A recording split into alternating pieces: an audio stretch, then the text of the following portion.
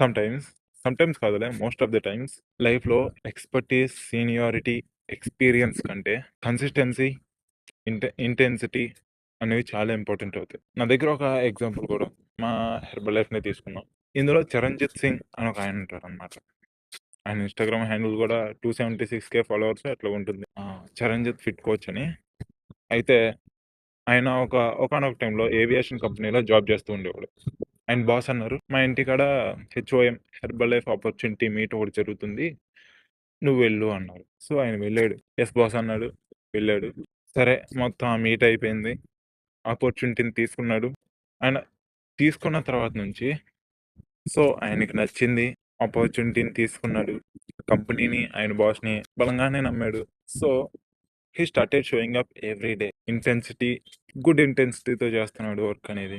తర్వాత ప్రతిసారి కన్సిస్టెంట్‌గా చేస్తున్నాడు.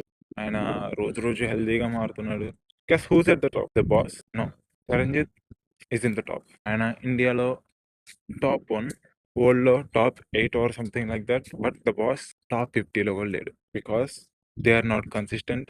There intensity is not so enough. ఇన్ని కబుర్లు చెప్తున్నా. నేనే కన్సిస్టెంట్‌గా ఉన్నాను. అదే మ్యాజిక్. నేను కన్సిస్టెంట్‌గా ఉండననే గానీ పర్లేదు. బానే ఇంటెన్సిటీతో బానే చేస్తా ఉంటా. మొత్తం బానే ఉంటది. కన్సిస్టెన్సీ ఒకటే వైట్ పేపర్ మీద బ్లాక్ స్పాట్ అనమాట. అది 2 బ్లాక్ స్పాట్స్ ఉన్నాయి. అదొకటి నాకు కొద్దిగా స్ట్రేంజర్స్‌తో మాట్లాడంటే కొద్దిగా భయం. Slowly overcoming it. Let's see where it goes.